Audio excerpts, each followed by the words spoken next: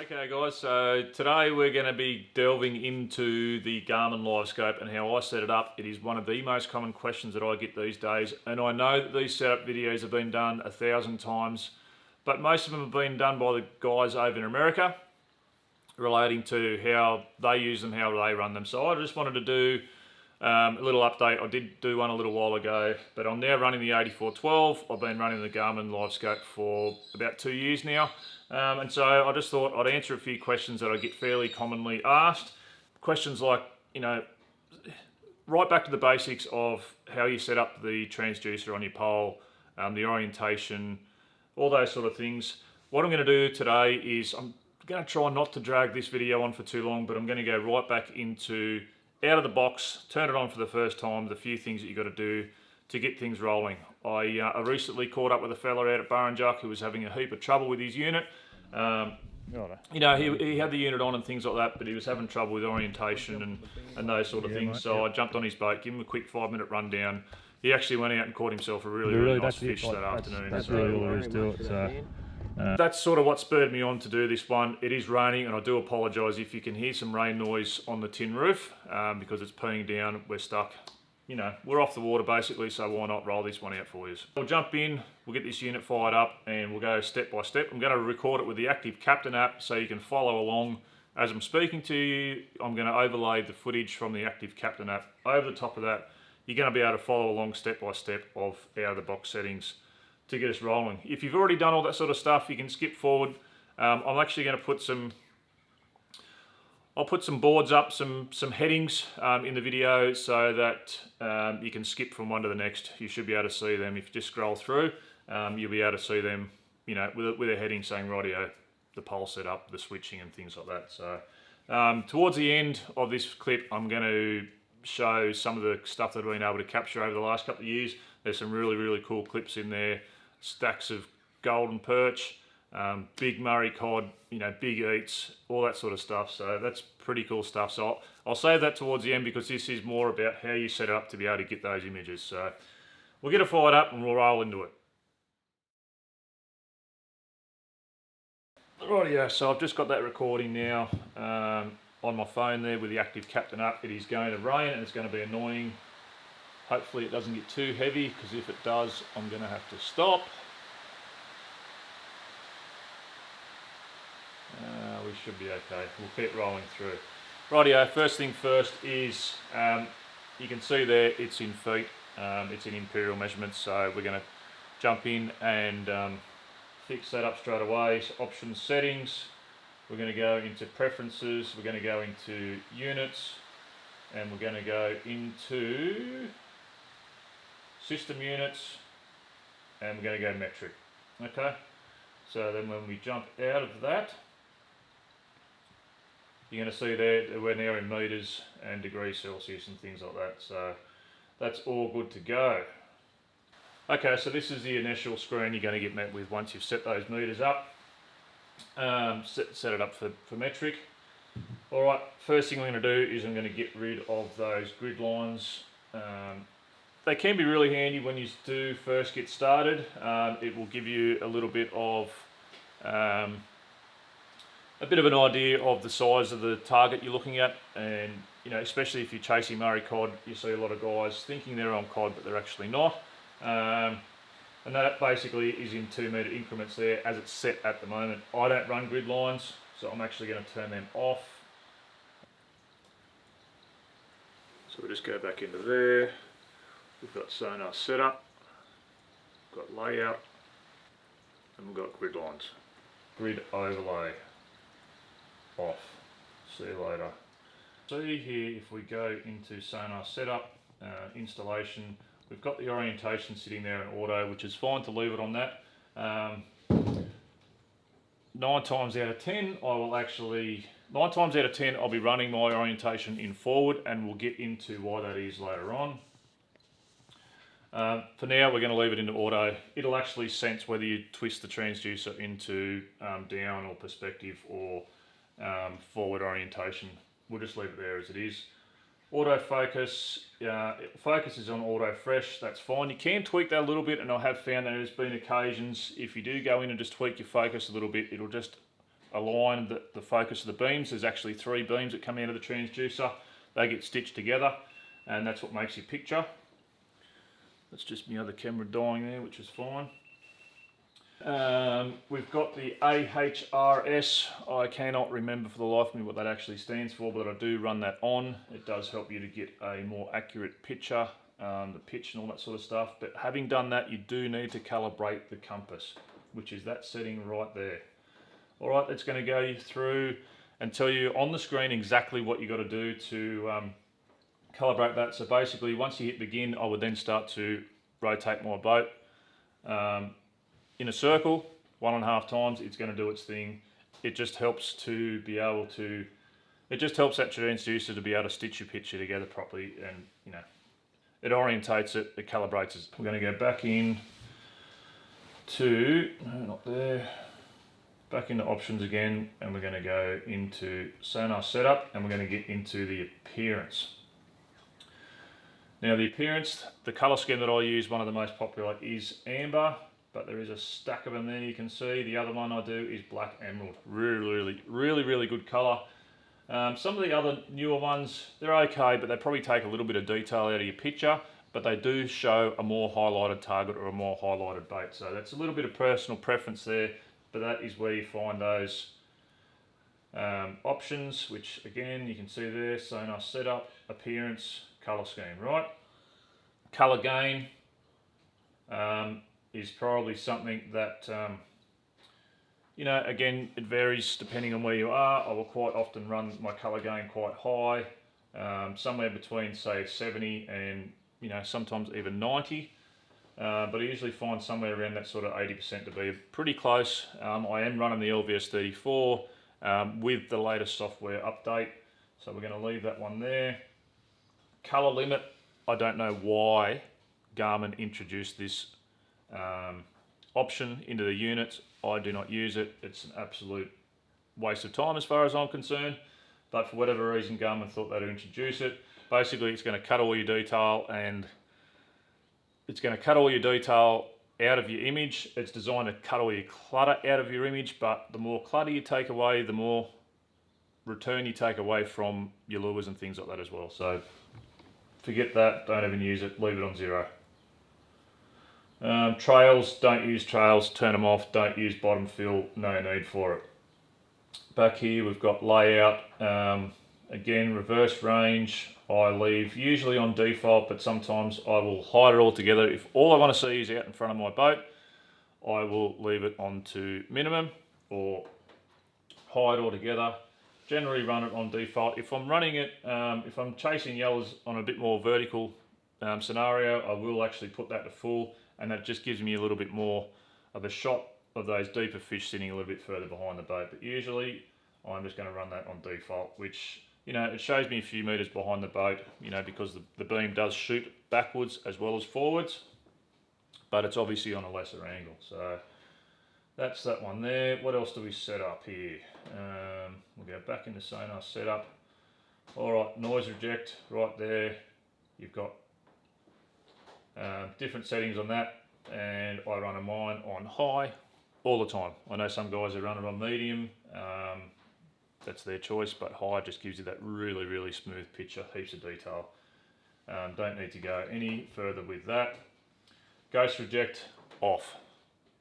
Some guys again do play with it, and again, what you really need to remember from this part of the video is more about how you find the settings rather than what I'm telling you to set them on, because this is my personal preference. It's going to be different for each waterway, and I like to be nice and fluid with my ability to change the settings, so that when I'm out there on the water, I don't quite like my picture, I can change them on the fly. So this is probably what this section of the video is all about. So ghost reject is off, TVG is also off, or sometimes I'll put it onto low. So that's that one there. Overlay data, I don't even worry about going into and changing any of that. That's the installation again, we've already done that.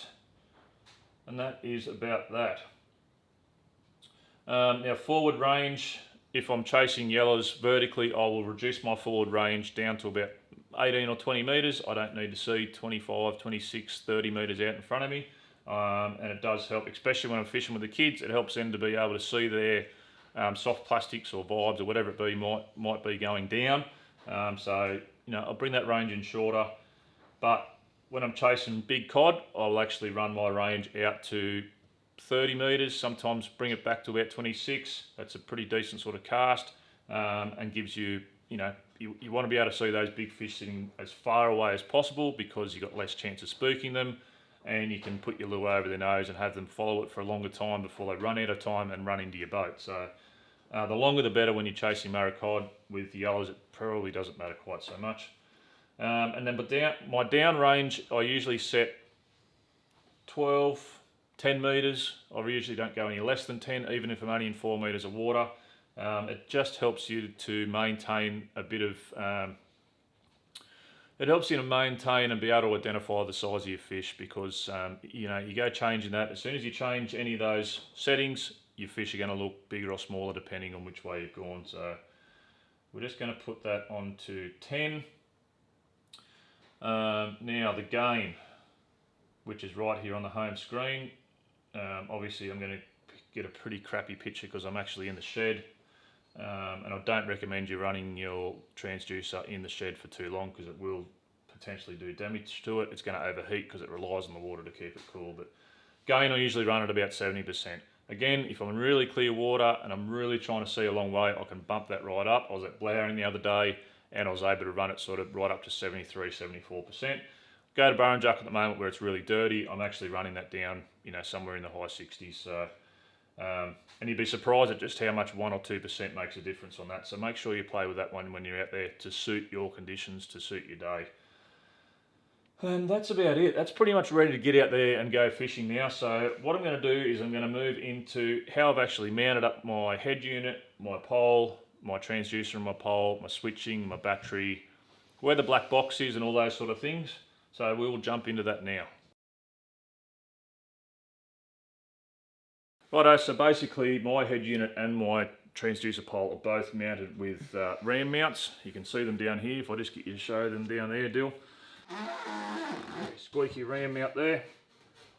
That is basically it. It's fixed off there. It's got a ball joint, and that just goes onto the Garmin bracket. So that's pretty basic.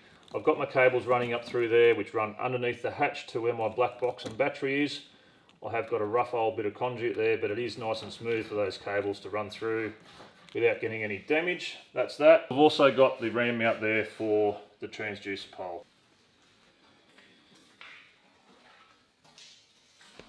Alright, that's a DRF pole. They're a pretty nifty pole. They're nice and smooth, very sturdy. Been running that now for about 18 months, I'd say. Haven't had any dramas with it, so that's really, really good. But it's pretty basic. I can adjust that anywhere I want, even though it's a little bit squeaky.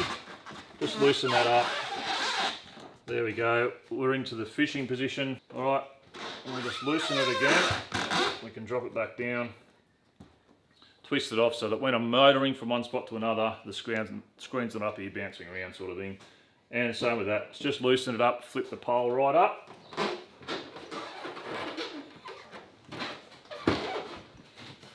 Out of the water. And so now we're off to the next spot. It's all stowed away and we can go and send it. So that's basically it for that one. The black box, I'm just going to pop that screen on the... We don't need that anymore. Battery and black box are hidden underneath the hatch here. I run a Energy, that's Energy with an I, Advanced 115 lithium deep cycle battery. That runs my head unit and runs my black box. They both run together. The black box is mounted up on the wall, this dividing wall here between the hatches on the Quintrex here. It's screwed up onto that. And so you can see there, the black box is mounted up just onto one of the sheets, the walls of aluminium between my hatches there. You can see the cables dropping through there. That's the cable going up to the head unit. The transducer cable.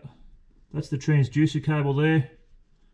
That one punching through separately from all the other cables. It runs under. It's clipped underneath that board there, which goes up to that.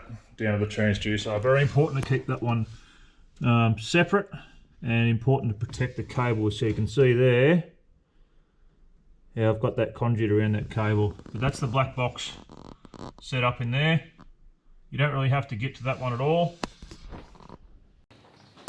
Now one thing that's also get asked about a fair bit is switching. So I've got the one battery, it runs my head unit and it runs my Livescope, and it runs off the one switch because I never ever use that front unit without using the Livescope. I don't really run it for anything else. I've got a 16-inch unit mounted in the dash, which I use for the side and down and that sort of thing. So we've just got a switch. If you just step this way, got a switch mounted there which says G for Garmin. I've got another one there which is B for battery, which is something completely different, and that's just where I switch them on and off right there. And so that's just a really basic switch. So the neutral wire runs straight from the battery to the head unit and to the black box, and the active cable comes through that switch so it can be isolated there. It's as simple as that. There's inline fuses on everything, very important, just in case you have something that goes wrong. You don't want to fry any of your gear, so make sure you use those fuses. But yes, I do have a switch, and yes, I do use it all the time. So that's the basic setup of how all that's put together. Like I said, I've been running it now for about 2 years that way, haven't had an issue with it. So what's on next? We're going to go down and have a bit of a closer look at how that pole is set up. And then I'm just going to discuss a little bit why I use the forward orientation, and then we will roll into some of that footage. Another really important thing, of course, is how to set up your orientation on your transducer. Like I said, I've got the DRF pole there running off the ram mount. It comes with this attachment here to be able to just bolt that onto there.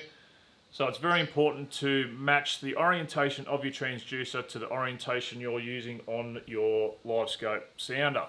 Again, 99% of my fishing's done in the forward view. Since I've had the Live Tech, I've tried down, didn't really like it. Once upon a time, I actually ran the Lowrance Live Sight, and I used to run that in a down view for vertically fishing golden perch. Completely different creature. This stuff here, the technology is so much better. You get so much more detail, and so you can run it in forward. And the reason that I run it in forward, and this is really important, is I know exactly where my target is. If I run it in down, I'm trying to turn a cone shape into a flat screen. It doesn't work. When I look at the screen and go, rightio, my lure's here, it actually could be either in front or off to one of the sides. But because it's got to be put all onto a flat screen, there's no way of telling that. So running it in forward, you know exactly where it is. So you've got the ability to turn the pole and the transducer and move that beam to exactly where you want it to be. If you move that beam and see a fish out that way, even if he's only 2 meters away from that transducer, you still know he's 2 meters this way. Or he's 3 meters out to the right side of the boat a little bit. Turn it right to the back of the boat, he's actually sitting off the back corner. I quite often say to my kids, there's one off the back corner, they'll get down there, drop a lure down and hook up a fish that way. So that's the really important thing, and really that's the reason why I use the forward view, because it gives you the ability to point that and know exactly where your target fish is, exactly where your lure is and things like that. So whether I'm fishing vertically trees or up against a bank or anything like that, it doesn't matter. Yes, you have to play with it a little bit more at times because you don't get as big a view from underneath the water, but when you do have that view, you know exactly where it is. Alright, so just having a look at the pole there now. This is how I've got my transducer set up here on the pole, and it does come with some really nifty markings on the LVS34, which tells you, you know, whether you're going to be in forward or down position. So at the moment, that there is actually in the forward shooting view. I've only got to just back that off just a little bit. One click there, and I'm in down. It's as simple as that. That there is in forward. Match it to the forward orientation on your head unit, which if it's set on auto, it will do automatically. If I go and click that direction, it'll actually know, it'll be able to sense it through the head unit that it's actually in the down orientation, and it will switch it up on the down view. But like I said, 99% of what I do is in the forward facing position. I know where the fish is, I know where my lure is, I know where the tree is, the rock, all that sort of stuff. So That's about it, guys. That's basically the setup that I use. It works for me, like I said, and it really is. All those settings are more about being able to know what to change so that you out there can fluently change your settings on your units to suit your conditions. These are a good sort of starting point for you. You really need to be able to change them yourself. You need to be able to change them on the fly, the gain, the colour gain, things like that. And really, that's really the only two settings that I change the most. I don't change that orientation a whole lot. But I hope that helps you out a little bit with how you set things up. I know that I've been asked that a few times. If you have any more questions, please don't hesitate to drop them in the comments. I'm happy to answer them for you. We're going to roll into the exciting bit, which is actually showing you guys some of the Livescope footage that I've captured over the last little while. It's really, really fun to sort of roll back. I enjoy doing it. Even after a trip, I'll go back and go, oh yes, I remember that. Have a scroll through and watch it all over again. So we'll roll into that now, guys. But these are the sort of pictures that you guys will be capable of getting with your own units once you get your head around how all the settings work, what to change and when. So once again, hope you enjoyed it, guys. Drop any questions you might have in the comments below. Always happy to answer them. Thanks again, guys, and enjoy this.